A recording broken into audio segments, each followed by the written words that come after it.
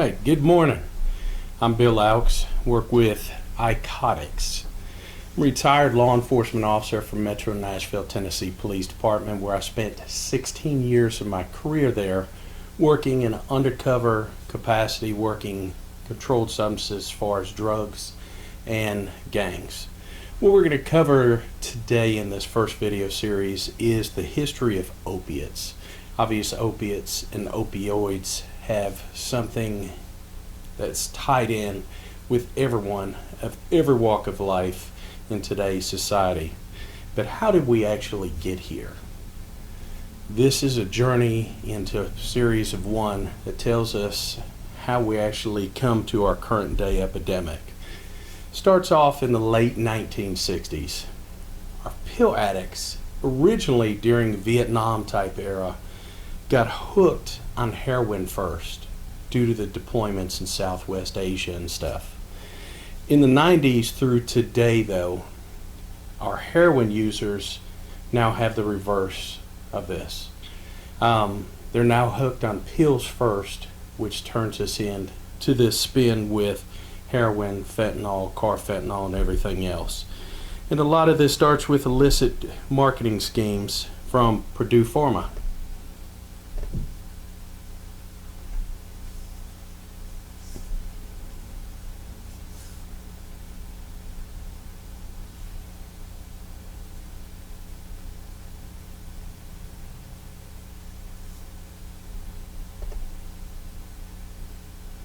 There's no question that our best, strongest pain medicines are the opioids, but these are the same drugs that have a reputation for causing addiction and other terrible things. Now, in fact, the rate of addiction amongst pain patients who are treated by doctors is much less than 1%. They don't wear out, they go on working, they do not have serious medical side effects, and so these drugs, which I repeat are our best, strongest pain medications, should be used much more than they are for patients in pain.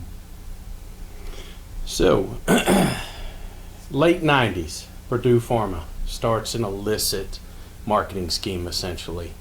They mislabel, misrepresent the addiction properties in OxyContin that comes to market. Obviously, the medication itself works, but what was mislabeled was the overall rate of addiction. As he painted out, it was less than 1%. Now we know current day epic, 2021, 20 plus years later, nationwide, every state in the United States seems to have some sort of actual lawsuit against the Sackler family, essentially, the creators of Purdue Pharma. So this is what puts us into this tailspin, because we have a big rise in drug diversion. And this is the use of legitimate prescription pills for illicit purposes. We know that this had a high rate of addiction, so we started having a lot of doctor shopping that started to occur. More predominantly, this doctor shopping took place in Florida within our Florida pill mill epidemic, which basically took our entire nation and spun it into a tailspin with the illicit volume of pills. People that were going to these doctors, the pill mills in Florida, were coming in from Georgia, Kentucky, West Virginia, New York, Michigan, Virginia, all over to go down to Florida.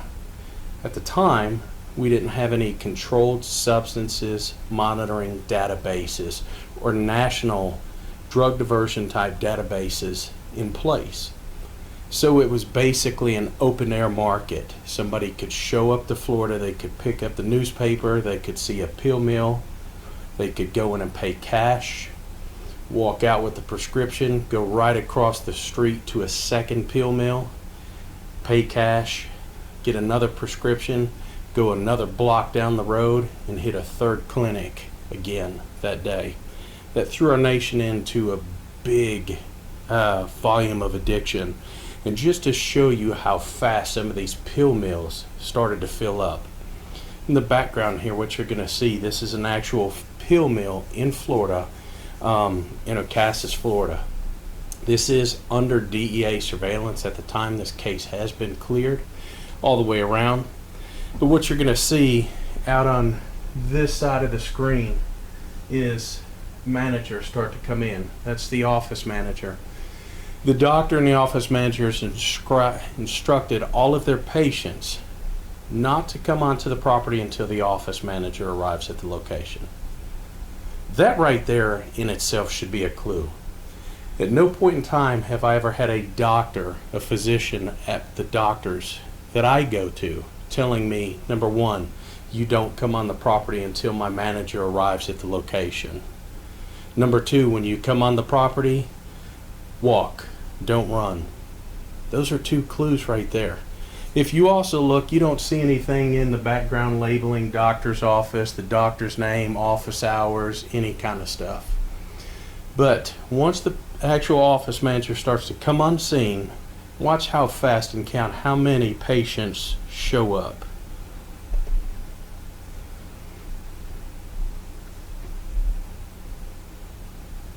That's the office manager coming into view.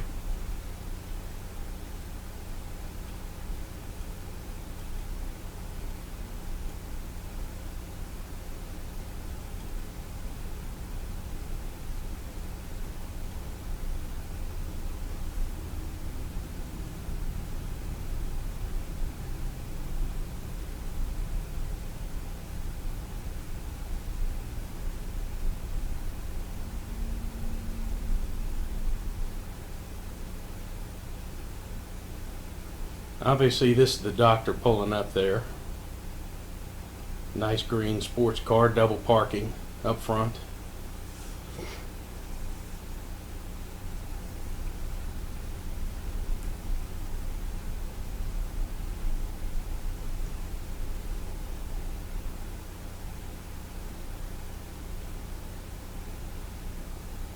The volume of patients that showed up at this pill mill clinic in that short period of time should be alarming.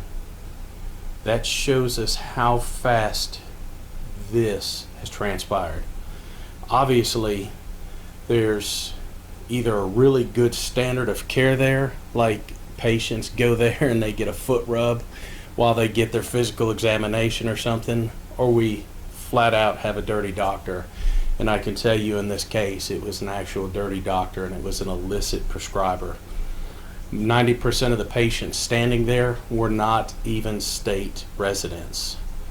If you look on the back side of that also, they all had criminal histories for controlled substances and were all labeled at some point in time with substance use disorder. This is how fast this starts. And again, this started with the illicit marketing scheme by Purdue Pharma and the misrepresentation. So here's some waves of our overdose deaths. In the blue, this is our opioid overdose deaths, as you can see there. Wave number 2 is our rise in our heroin. This is where heroin starts to come back and filter in to our actual nation. And there's a reason for it. And this comes down to a lot of the requests that we had on our end, on this side, to the cartel factions on the southern side of the border. Then we have wave 3. That's our rise in our synthetic opioid overdose deaths. Okay, these are tramadol, fentanyl being number 1. So we can see by the year time frame, in 2010 we started seeing the spike in our heroin start to come back. That was because we finally captured data, started putting in controlled substance monitoring databases into places, or PMP, prescription monitoring profiles, where we could actually track patients that were doctor shopping, going from doctor's office here to another doctor's office at this location. From there, we was able to cut off some of the supply of the pills, but there's still a level of addiction there. From there, people start asking the cartels and the plaza bosses, the people on the southern side of the border, hey, we need to bring in some of these pills. We have the request coming in from us, the nation, and we are the largest nation fed by addiction in the United States when it comes to opiates and opioids itself. The cartels capitalize on this, and they start bringing heroin into the system. They start plugging it in because they can cut out any other southern connects within Colombians, like if they're trying to make and manufacture something like cocaine. Cocaine comes from the coca leaf. It's grown in Peru, Bolivia, and Colombia. From there it's processed and harvested by cocaleros, or poor cocaine farmers. They convert it into a paste form. That paste form is then sold from the Colombian cartels to the Mexican cartels, who is the dominant force in the market right now. They convert it to a cocaine hydrochloride, pass it up through their finger extensions or the drug trafficking organizations, which actually hits the end results of the streets and stuff. What they were able to do was capitalize on that, choke off some of the supply of the cocaine, because they were hearing the request for the prescription pills. And the research and development folks, and yes, they do have research and development folks, figured that they could put heroin into place, because heroin's going to be 2 times stronger than the actual prescription pill itself. They can grow the opium poppy flower, Papaver somniferum plant, in country, cut out all the other resources, and actually increase their profits, which is exactly what they did. Several years later, more requests come in for more heroin come in. But the research and development guys on that side of the border decide, hey, we're going to push forward and we're going to put in fentanyl, because we can manufacture fentanyl in country, get all the precursors from Southeast Asia, just like they do with tons of raw pseudoephedrine when they manufacture methamphetamine in the clandestine super labs, and push that up on this side of the border. Now they realize that the fentanyl is 50 to 80 times stronger than the actual prescription pill itself. From a marketing standpoint, it drove up profits by over 3,000%. Marketing standpoint, it made sense. For an addiction, and in our nation, on our streets, it wreaked havoc. So the CDC reported that in 2015, 1 person died every 19 minutes of an overdose. All right. In 2018, that number goes to every 7 minutes. In between every one of those overdoses was approximately 30 saves. These are just what we know that are reported. These are reported usually through OD maps or some sort of statewide reporting system. We do not capture full, real-time, 100% accurate data, though, when we try to record these overdoses. Number one, a lot of us live in rural areas. We have small volunteer agencies, small volunteer fire departments, paramedics, medics that'll actually show up on scene and stuff. A lot of these guys and gals in some of these rural agencies don't have access to actually reporting this stuff, but they're still responding to and working on patients who have went into respiratory duress from the use of fentanyl, carfentanil, acetylfentanyl, acrofentanil, whatever the case is, hitting them with Narcan 3, 4, 5 times, saving them and leaving. So we don't get an actual 100% accurate number all the way around. Now the CDC also reported that 70,630 fatalities were associated with drug overdoses alone in 2019. All right. Some of these overdose deaths are attributed to methamphetamine, which is coming in as number 2. Okay. We're not going to just overshadow just the opiates and the opioids itself, because we're still finding a ton of overdose deaths from our meth use. Meth use still runs rampant in every jurisdiction across the U.S. If it's not pills and heroin and fentanyl, we're finding that it's meth out there. The bad thing with the meth is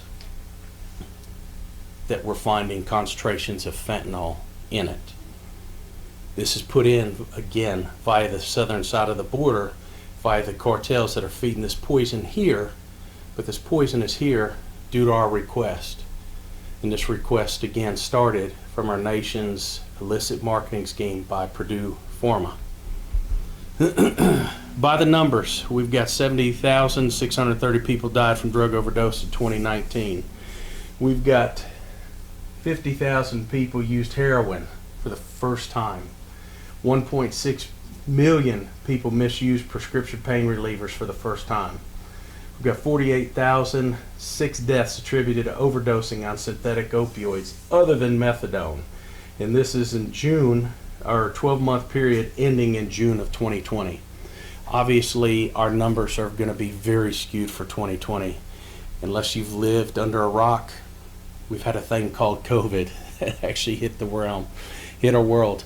But guess what? It did not slow our overdose deaths. It actually skyrocketed these overall numbers. We know this. We can see this in our overall OD map reportings. We can see this in our overall CDC numbers. Even with closed borders, how did this stuff get here? So there's 1,000,001 ways. So this is what we're challenged and faced with at this point in time. When we look at some of this stuff, is this a dealer or user?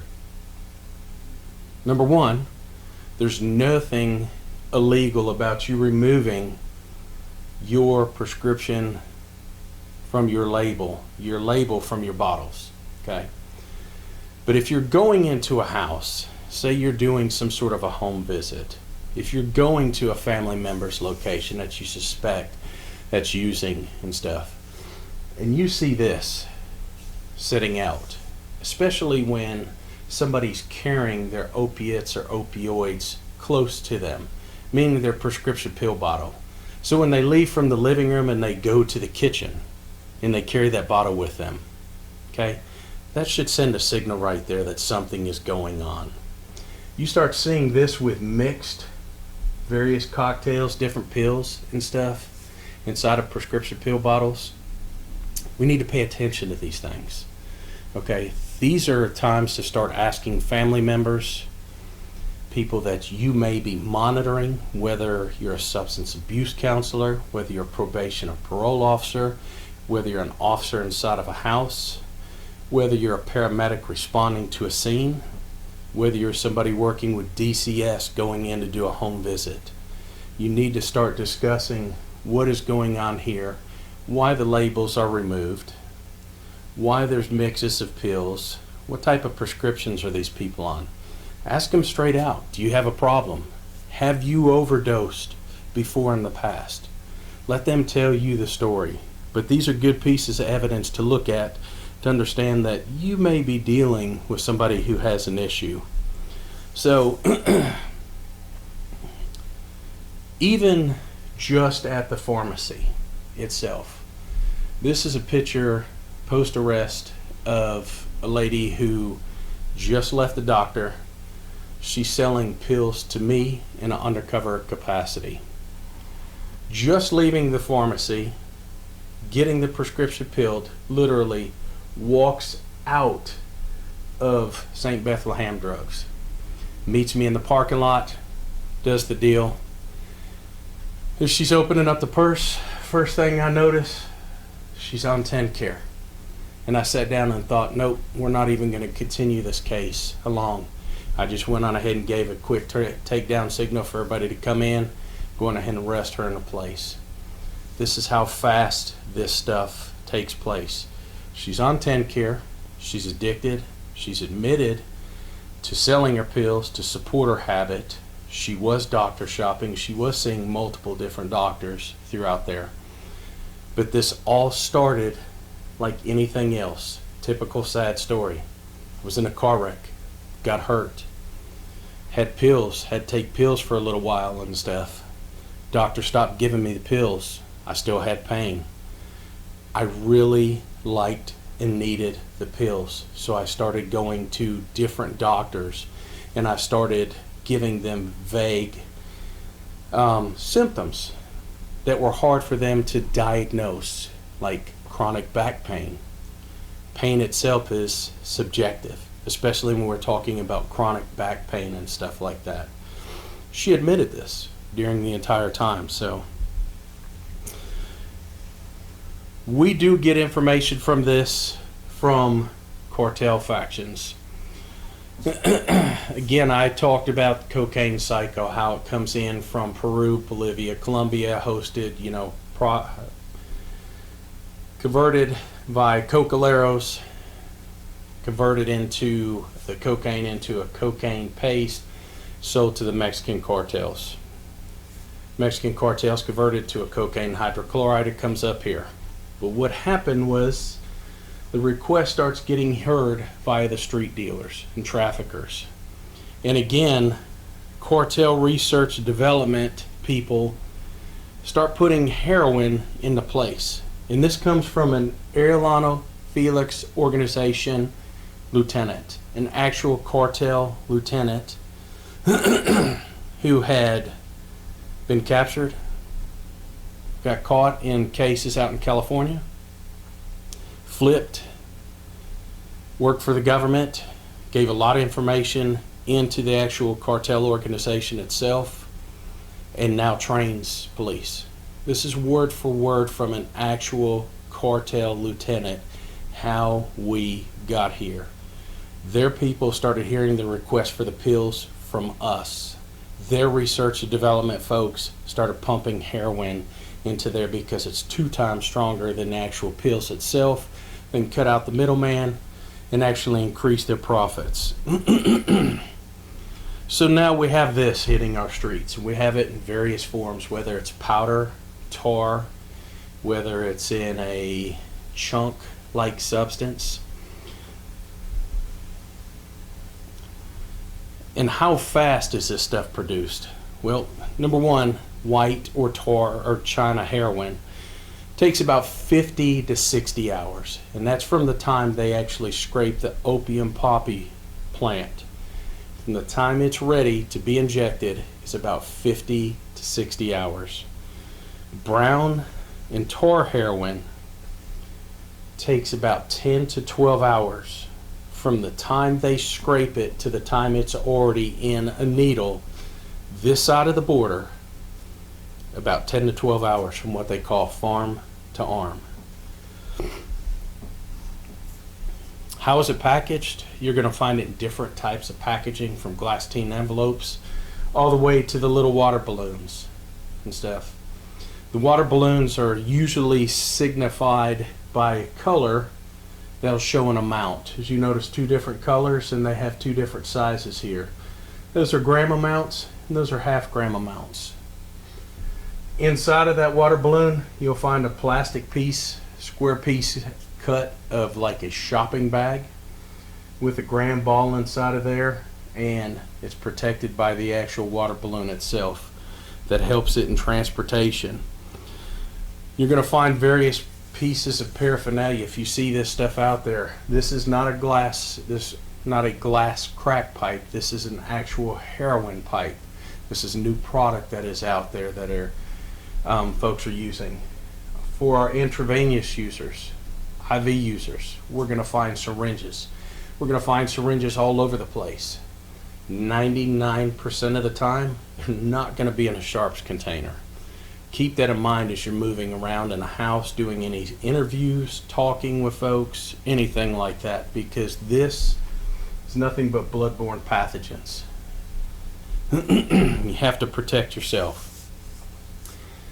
And these heroin pipes come out and says smoking heroin instead of shooting it reduces the risk of overdose.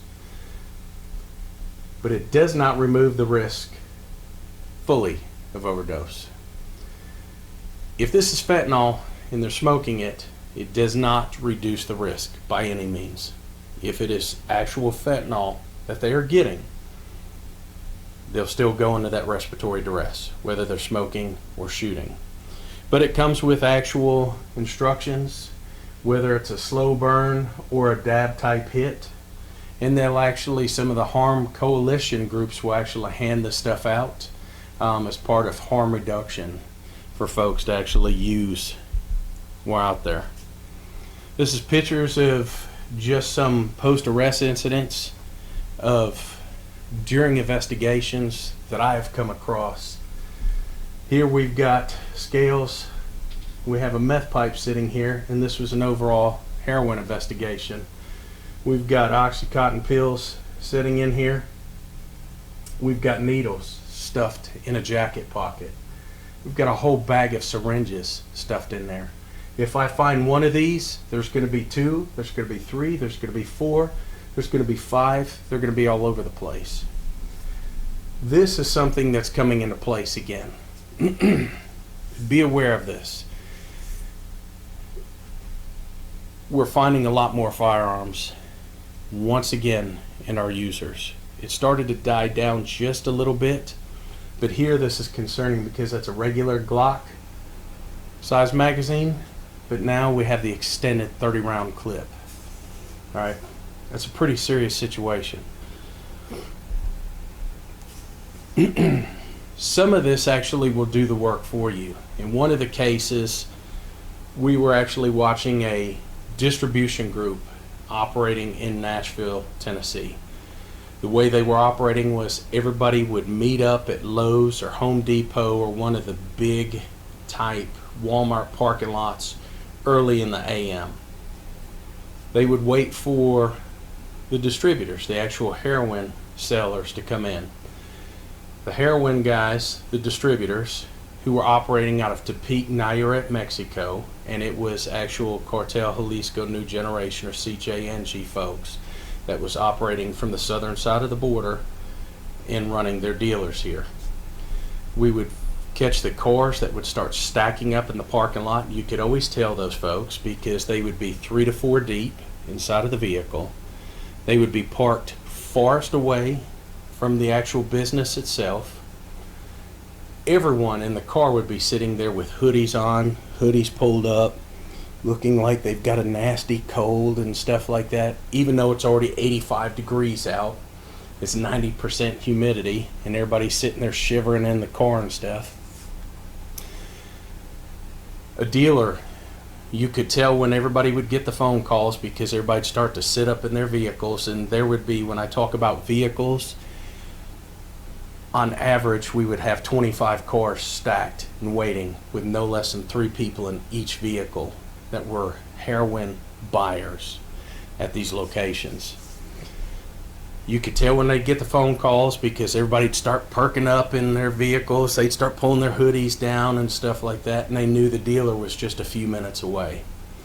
The dealer would show up, and all of a sudden people would just start running out one by one and coming up to the dealer's car. They would get in, sit inside of the vehicle for about a minute, minute and a half, get out, jet back to their vehicle. 25 to 30 plus vehicles worth of people could get served within 5 to 6 minutes, literally. In one of the cases, a girl literally pulls up and jumps out of the vehicle in a 2-piece bikini, stands out in Lowe's parking lot out of nowhere at 8:15 in the morning, jumps inside of the vehicle, gets out about a minute, minute and a half later. Obviously, we get a call saying, hey, go ahead and just take that one off right there. I do the traffic stop of her, get her out of the vehicle automatically. First thing I automatically do is go straight to reading her Miranda, because I'm now going to ask her questions that are likely going to evoke incriminating response straight out. And I just started asking her, where's your needles? Where's everything at? This is what her purse looked like as soon as I dumped it out right there in the parking lot, roadside. Needles, needles, needles, needles, needles, needles, needles, scales, digital scales, needles, needles, all over the place. That right there, uncapped, bent syringe, okay? That causes problems because I've seen not only officers get stuck with needles and stuff in investigations, but I've also seen and heard of DCS folks, counselors, addiction specialists going in doing home visits and stuff like that, that are talking to people and turning around and getting stuck with this. So please proceed with caution when you get into some of these places. This one, following somebody one day walking into Taco Bell, and you cannot make this up. This girl is literally picking her teeth with a syringe. Some of it's just obvious. You can't even. I've had stuff stuck in my teeth before, but at no point in time have I sat down and said, let me go ahead and find a needle and go ahead and pick that out and stuff. Now, the next thing is, how do they actually use this stuff? What goes into this? Well, number one, this is simulated heroin. They'll take a little bit of heroin, they'll put it on a spoon, they'll put it on the bottom of a Coke can, some sort of aluminum pop can, turned upside down. They'll put a little bit of water in there. They'll take the lighter and start to light it. What they're trying to do is melt it down and get it liquefied enough so it's out of the powder form, and it's light enough and easy enough to get drawn into the syringe. They'll take a cotton ball, Q-tip, cigarette butt, stick it in there. They'll take the bezel of the actual needle itself, stick it into the straw, draw it up, turn around, tie off, and then shoot up. If you hear a user or someone talk about they are sick behind the cotton, anytime they draw up a little bit of substance in there, they get a little bit of microscopic pieces of cotton drawn into that syringe. We inject it, starts traveling through their veins, and it starts getting into their heart valves, and it starts plugging their actual heart valves. And it causes them to have like a strong, severe flu type symptoms along with chest pain in this area. So if you ever hear sick behind the cotton, that's a good piece of evidence to say that you're talking to and or dealing with someone who's an actual intravenous user. If you find pieces of these cotton balls and stuff sitting around during home visits, sitting on tables or something like that, that's evidence of IV use. Proceed with caution as you go in there. Again, all of this started with the illicit marketing scheme by Purdue Pharma in the late 90s, where they misrepresented the actual addiction qualities of OxyContin. So stand by for part 2.